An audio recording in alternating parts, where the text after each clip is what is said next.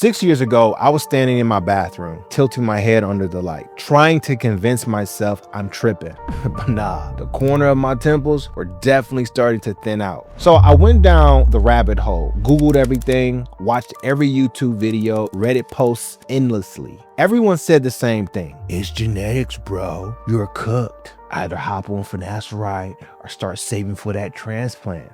Ha ha ha. But I wasn't trying to mess with my hormones or drop 10 grand on surgery. I thought, what if hair loss isn't just genetics? So I ran my own blood work, and sure enough, my body was missing some very specific nutrients. So in today's video, I'm breaking down the 7 science-backed supplements that help me regrow my hair, and I'll show you what they are and exactly how much you gotta take. Now look, before we jump in, I already know what you're thinking. Supplements? That's it? B, this sounds like snake oil, my guy. I get it. I thought the same thing because most supplement advice is garbage. Some influencer telling you to take biotin, like that's gonna save your hairline. But everything I'm going to show you today is backed up with real science. Starting with supplement number 1. And this is the absolute heavy hitter for male pattern baldness. It's saw palmetto. So when my hair started thinning, I'm researching like crazy. And I find out there's this hormone called dihydrotestosterone that was basically choking out my follicles. Now look, testosterone is great. I want testosterone, but I found out there's an enzyme in your body called 5-alpha reductase. This enzyme grabs your testosterone and converts it into DHT. And that DHT, it latches onto your hair follicles and slowly suffocates them, shrinking them down until they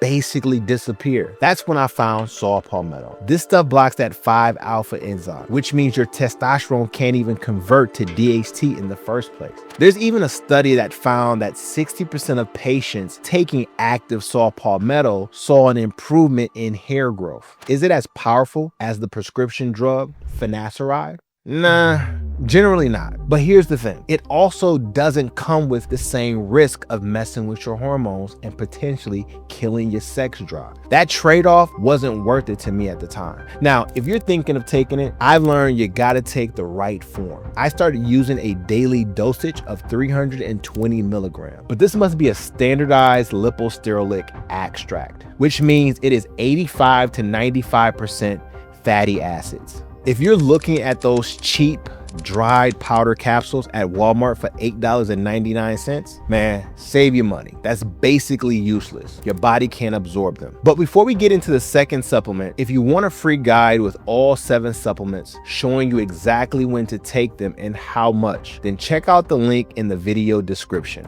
All right, supplement number 2, and this one's the perfect partner to saw palmetto, pumpkin seed oil.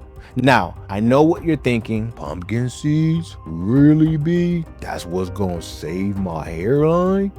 I had the same reaction. Sounds like some hippie health food store nonsense, right? Well, remember how saw palmetto blocks that 5-alpha reductase enzyme to stop DHT production? Pumpkin seed oil does something similar, but it uses different biological pathways. So when you use both, way more protection. Now, I'm not just making this up. There's actual research behind this. But here's where most people mess up with pumpkin seed oil. They buy the cheapest bottle they can find on Amazon, take it inconsistently, and then wonder why nothing happens. Or they buy pumpkin seed oil meant for cooking and expect it to work. Big dog, that's not the same thing. You need a supplement grade cold pressed pumpkin seed oil in capsule form. I personally take about 400 milligrams daily, split into 2 doses so my body absorbs it better. All right, supplement 3, and man, this one hits different because I almost missed it completely. Vitamin D3. Now I know, vitamin D3 sounds boring. It's not some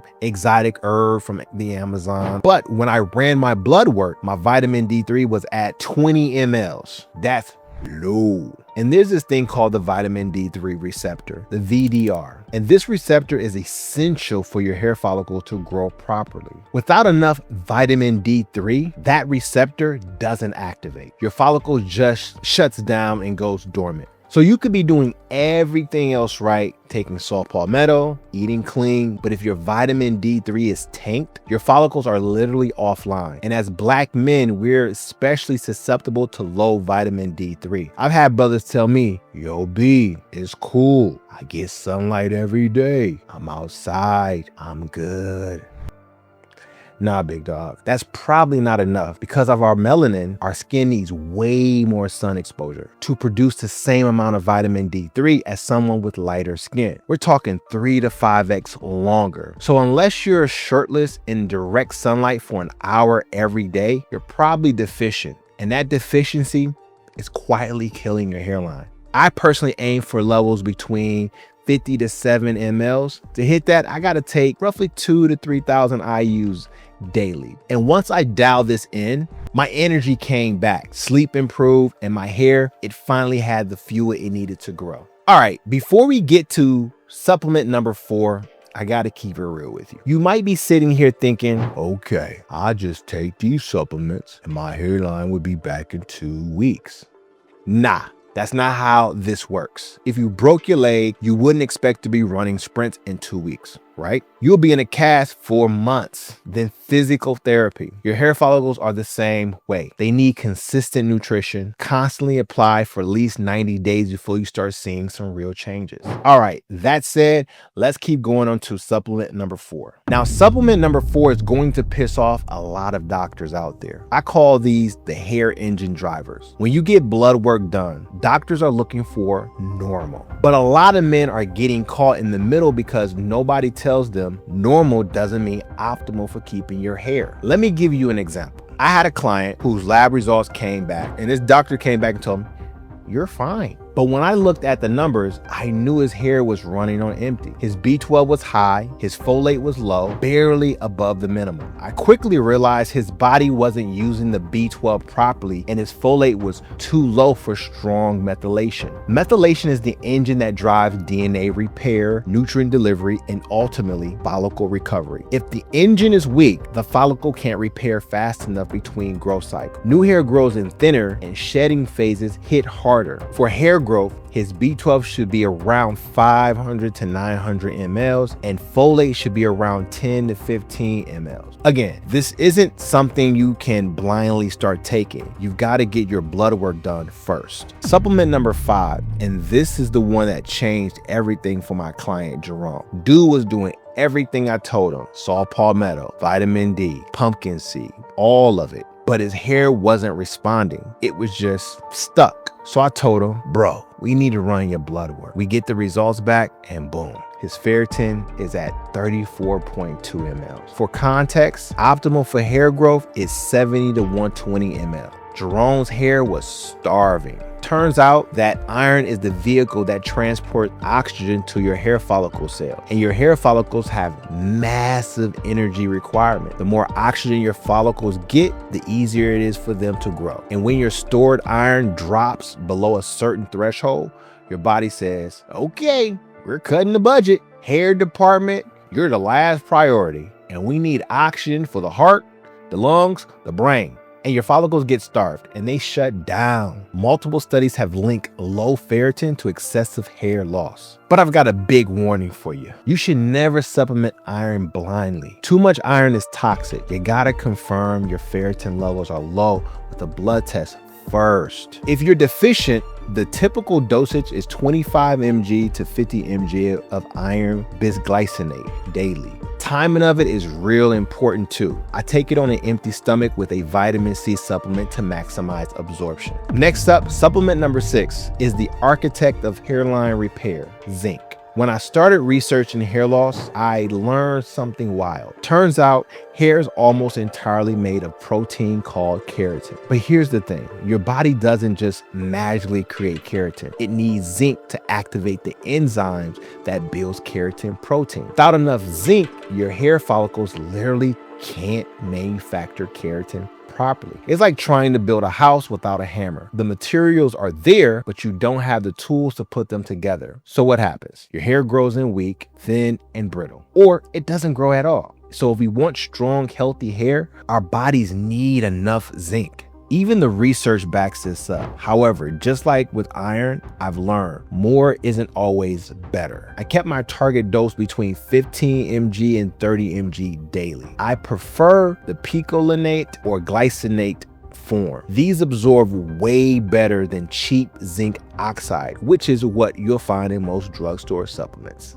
I take zinc with a meal, usually breakfast, to minimize the risk of nausea, which is very common with zinc supplements. And remember this, I make sure not to exceed 40 milligrams long term, or I risk inducing a copper deficiency, which ironically causes hair loss. All right. Final supplement, number 7. And this one's interesting because most people only think about it for heart health. High quality omega-3 fatty acids. But for healthy hair growth, blood needs to flow easily to your follicles. That blood carries all the nutrients we've been talking about, the zinc, the iron, the vitamin D3, straight to your scalp. But when your scalp gets inflamed, whether it's from stress, poor diet, DHT buildup, whatever, that inflammation slows down blood flow. It's like having a traffic jam on the highway. The nutrients are sitting there, but they can't get to where they need to go. And when your follicles aren't getting fed, they shrink and weaken, eventually shutting down. And bam, your hairline starts to creep back. But how does omega-3 fix that? Well, they are potent anti-inflammatories. They literally calm down the inflammation in your scalp and get the blood flowing again. But here's the thing, most people are taking way too little. Those little fish oil capsules you get at CVS, most of them only have 300 milligrams of combined EPA and DHA. Those are the active omega-3s, but for anti-inflammatory effects, you need 2,000 to 3,000 milligrams daily, which means I'm taking 4 to 6 capsules per day just to hit that target. Yeah, it's annoying, but it works. Now you know the 7 supplements that I rely on to stop hair loss. But if you want to learn how doctors are lying to you about receding hair, then watch this video next.